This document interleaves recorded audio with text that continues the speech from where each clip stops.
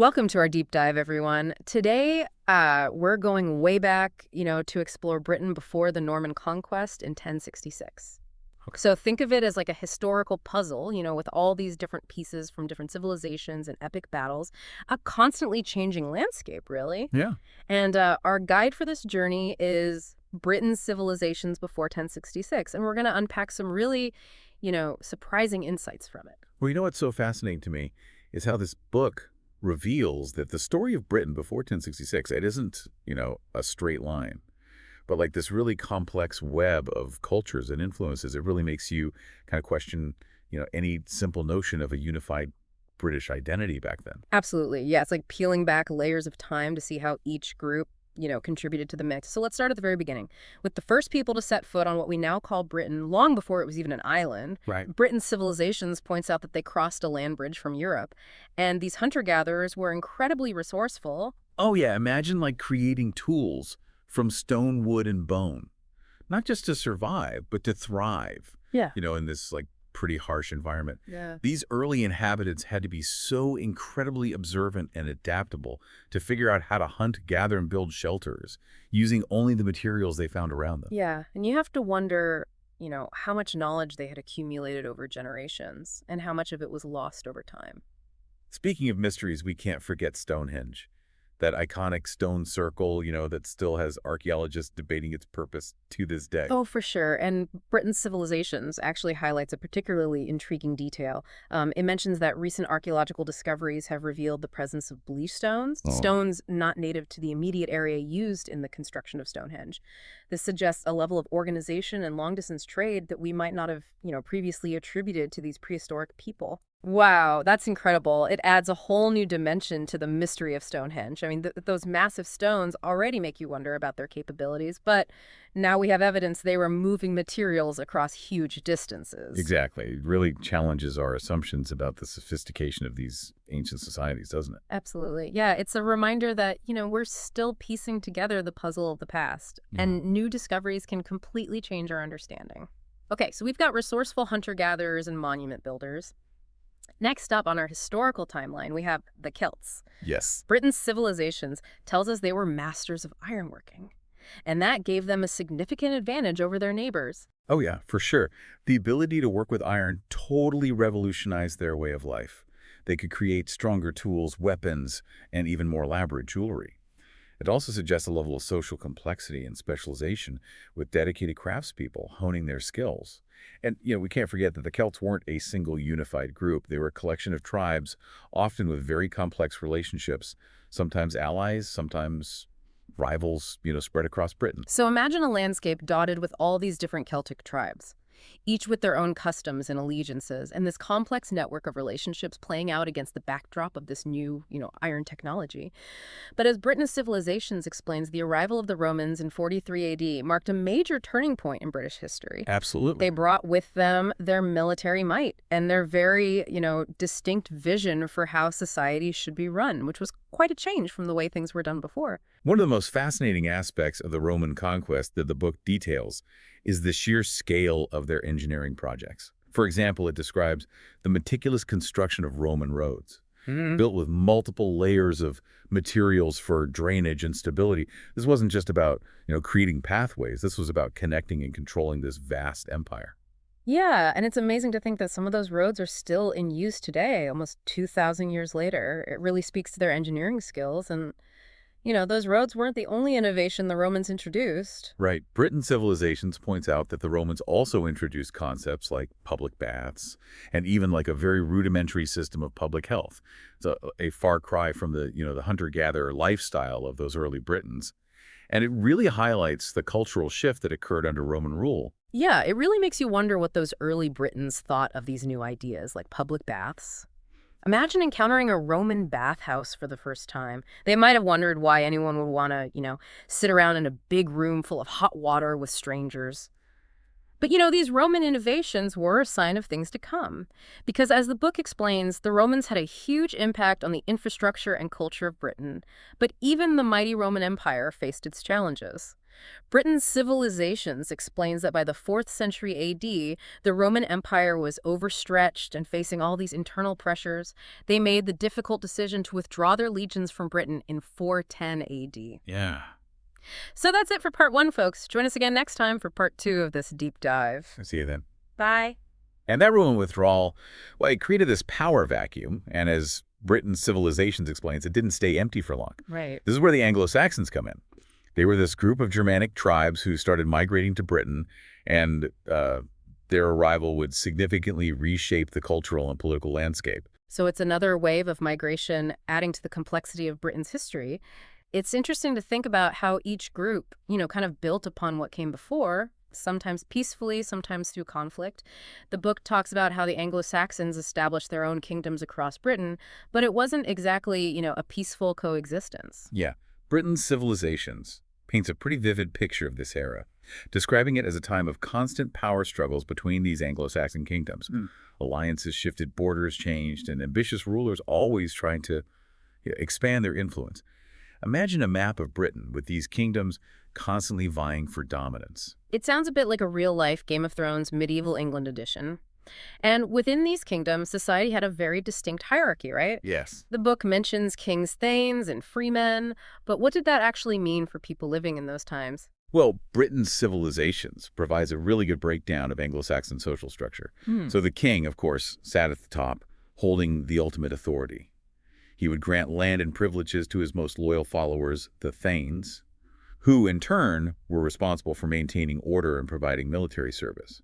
Then you had the freemen, the everyday folks who worked the land, and owed certain obligations to their lords. It wasn't a system with much social mobility, but it was the structure that defined their world. It's fascinating to think about how people navigated that social structure and what it meant for their, daily lives. But while the Anglo-Saxons were establishing their kingdoms, another group was making their presence known on the shores of Britain, the Vikings. Oh yeah, the Vikings. Skilled seafarers and fierce warriors from Scandinavia. They began raiding coastal settlements in the late 8th century. Right, and their longships. Capable of navigating both rivers and open seas, allowed them to strike quickly and retreat just as fast, making them a very formidable force. I can almost picture those longships, appearing on the horizon, striking fear into the hearts of coastal communities. The book even mentions a specific account of a Viking raid on the Lindisfarne Monastery in 793 AD, which is often seen as a turning point in their relationship with Britain. Oh, absolutely. It was a significant event. It's described vividly in Britain's Civilizations. It really shattered the sense of security in Anglo-Saxon England and ushered in an era of Viking raids and expansion that would last for centuries. And, these raids weren't just about plunder. The Vikings were also looking to, establish settlements and exert their influence. And that's where the Danelaw comes in, right? It's a term I've heard before, but I've never really fully understood what it meant for the people living in that part of Britain. Well, Britain's Civilizations explains how the Vikings gradually gained control over large parts of eastern and northern England, establishing the Danelaw, a region where Viking law and customs held sway. It wasn't a complete takeover, but it created this distinct cultural zone within Anglo-Saxon England. So imagine this mingling of Anglo-Saxon and Viking cultures, sometimes clashing, sometimes blending. It must have been a fascinating and tumultuous time to live in. And speaking of cultural legacies, one of the most interesting things about the Vikings is their impact on the English language. Oh, for sure. The book points out that many everyday words we use today, like they, them, and their, actually have Viking origins. It's a testament to the extent their influence, especially in the Danelaw, where their language and customs, intermingled with those of the Anglo-Saxons. They also gave us words like skull knife and berserk, words that hint at their more, shall we say, active side. It's incredible how traces of these ancient cultures are woven into the fabric of our modern language. It makes you appreciate the interconnectedness of history. But the Anglo-Saxons weren't simply going to accept Viking rule. They resisted, and this is where we encounter a truly legendary figure, Alfred the Great. Alfred the Great is such a fascinating character. Britain's Civilizations portrays him not just as a warrior king who successfully defended his kingdom of Wessex against Viking expansion, but also as a scholar and a reformer. He promoted education and literacy, even commissioning the translation of important works into English, which had a lasting impact on the development of the language. He sounds like a true Renaissance man before the Renaissance, a warrior, a scholar, a leader who understood the importance of education and culture. It makes you wonder if his reign marked a turning point in the relationship between the Anglo-Saxons and the Vikings. Did they start to find ways to coexist, or was it still this constant battle for dominance? Britain's civilizations suggest that Alfred's reign did mark a shift towards a more settled coexistence between the Anglo-Saxons and the Vikings. He negotiated treaties and even allowed for some degree of Viking settlement within certain areas, which helped to create a more stable political landscape. But even with this relative peace, the map of Britain was far from settled. So we have this complex tapestry of cultures and kingdoms constantly evolving, adapting, and interacting with each other. It makes you wonder if there was ever a sense of a unified British identity before 1066, or if people primarily identified with their, local communities and kingdoms. That's a question that Britain's Civilizations explores in detail. It argues that the concept of a unified British nation wouldn't really emerge until much later in history. Before 1066, people's loyalties and identities were much more localized. They saw themselves as members of a particular tribe, clan, or kingdom, rather than as part of a larger British entity. It's a good reminder that the way we view history and identity today is often shaped by our modern perspectives. Back then, the world was a much more fragmented place, and people's sense of belonging was rooted in their immediate surroundings and communities.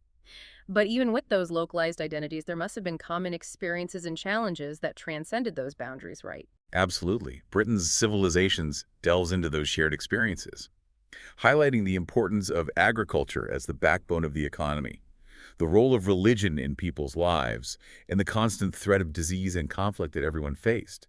It's a reminder that even in a world that seems very different from our own people, still grappled with many of the same fundamental challenges. It's those shared human experiences that make history so relatable, even when we're talking about events that happened centuries ago. It allows us to connect with the past on a deeper level, but we can't forget about the significant contributions of women during this time. Oh, that's a crucial point. Britain's Civilizations, takes care to highlight the roles women played in these ancient societies. While historical sources often focus on the exploits of men, women were integral members of their communities. They worked alongside men in agriculture, managed households, raised families, and some even held positions of power and influence. It's important to remember that history is about everyone, not just the kings and warriors. It's about the everyday lives of people, both men and women, who shape the world we live in today. And speaking of everyday life, what can Britain's civilizations tell us about the details of daily life in those times? What did people eat? How did they dress? What did they do for fun? The book provides some fascinating insights into those aspects of life. For example, it describes the importance of bread as a staple food, the use of wool and linen for clothing, and the popularity of games and storytelling as forms of entertainment. It even mentions a particular game called Nefatif, a Viking board game that was a bit like a precursor to chess. Wow, a Viking board game. That's something I'd love to try. It's amazing how these seemingly small details can bring history to life and make it feel more tangible. But we can't talk about life in Britain before 1066 without discussing religion. We've mentioned the arrival of Christianity with the Romans, but what about the beliefs of the other groups? Well, Britain's Civilizations explains how the Celts and Anglo-Saxons had their own polytheistic religions before the arrival of Christianity. They believed in multiple gods and goddesses often associated with natural forces and elements. The book even mentions specific deities like the Celtic goddess Brigid, associated with healing and poetry, and the Anglo-Saxon god Woden, associated with war and wisdom. It's fascinating to think about how people in those times interpreted the world around them and sought to understand their place in it through their beliefs. And as Christianity spread, did those older beliefs simply disappear, or was there a blending of traditions? Britain's Civilizations suggest that the process of Christianization was gradual and complex. It wasn't simply a matter of, replacing one set of beliefs with another. Rather, there was a fusion of ideas and practices with elements of older pagan traditions, sometimes incorporated into Christian rituals and celebrations. It's like a cultural dialogue taking place, a blending of old and new. It makes you wonder how much of those ancient beliefs and practices still linger in modern British culture, even if we're not always aware of them. That's something worth pondering. It highlights how the past isn't something that's simply left behind. It continues to shape us in ways that we might not always recognize. That's a great point. It reminds us that history isn't just about dates and facts. It's about understanding the continuity of human experience, the ways in which the past informs the present. Exactly. And the more we explore that continuity, the more we can appreciate the richness and complexity of our own identities in the world around us. Well, I feel like we've covered a lot of ground in this deep dive so far. From the arrival of the first settlers to the rise and fall of kingdoms, the clash of cultures, and the everyday lives of the people who lived through it all. But there's still so much more to uncover, isn't there? Absolutely. We've only just scratched the surface of this fascinating period. There are countless stories still waiting to be told, connections yet to be made, and insights to be gained from delving deeper into the world of Britain before 1066. Welcome back to our deep dive, everyone, for this final part on Britain before 1066. We've gone on quite a journey through the centuries, exploring the rise and fall of these civilizations and, the clashes and minglings of these different cultures. We even got to peek into the everyday lives of the people who lived in those times. Yeah, it has been quite the adventure, hasn't it? And Britain's civilizations before 1066 has been like the perfect guide. It's revealed so much about, the foundations that Britain was actually built on. Yeah. But before we wrap things up, let's take a closer look at one aspect we haven't really explored yet, the lasting legacy of these ancient civilizations. How do we see their influence on, modern Britain? That's a great point. Yeah, it's one thing to learn about these historical figures and events, but it's even more interesting to see how they connect to the world we live in now. Right. Britain's civilizations makes this really compelling argument that their impact is all around us if we know where to look. It starts with the English language itself, like this Yeah. vibrant tapestry woven from all these threads of Celtic, Latin, Anglo-Saxon, and even Viking influences. It's like a linguistic time capsule. We've already talked about those everyday words with Viking roots, but the book also mentions how Latin, the language of the Romans, had a lasting impact, particularly on like our legal and administrative vocabulary. Oh yeah, for sure. Think about words like justice, legal, or municipal. These terms all have roots in Roman law and governance. It reminds us how, Roman influence went way beyond their physical presence in Britain. So every time we use those words, we're actually speaking a little bit of Roman history. It's amazing how these linguistic echoes of the past continue to shape the way we communicate today. And it goes way beyond language. Britain's civilizations highlights how the foundations of our legal system, our political institutions, even the layout of our towns and cities, they all have the mark of those civilizations we've been discussing. It's like they laid the groundwork for the Britain we know today. And it's not just about, physical structures or systems of governance. It's also about like ideas and values. The book talks about how the concept of individual liberty, which is so central to Western democracy, has its roots in Anglo-Saxon legal traditions. That's a really insightful observation. It shows how, these historical threads are woven into the fabric of our society, Mm. influencing our laws, our values, and even our sense of who we are as a nation. It's like we're carrying a piece of those ancient civilizations within us, whether we realize it or not. And I think that's a really powerful takeaway from our deep dive today. History isn't just something that happened in the past. It's a living, breathing force that continues to shape our present. Perfectly said. The more we engage with history, the more we actually understand ourselves and the world around us. It's a journey of discovery that never really ends. Exactly. And on that note, as we conclude our deep dive into Britain before 1066, we encourage you, our listeners, to continue exploring this fascinating period, pick up Britain's civilizations before 1066, and, delve deeper into the stories, the details, and the connections that have brought us to where we are today. There's always more to learn, more to uncover, and more to appreciate about the rich tapestry of history that has shaped Britain. And who knows, maybe you'll even find a piece of history that sheds new light on your own personal connection to the past. Until our next deep dive, keep exploring, keep questioning, and keep the spirit of discovery alive.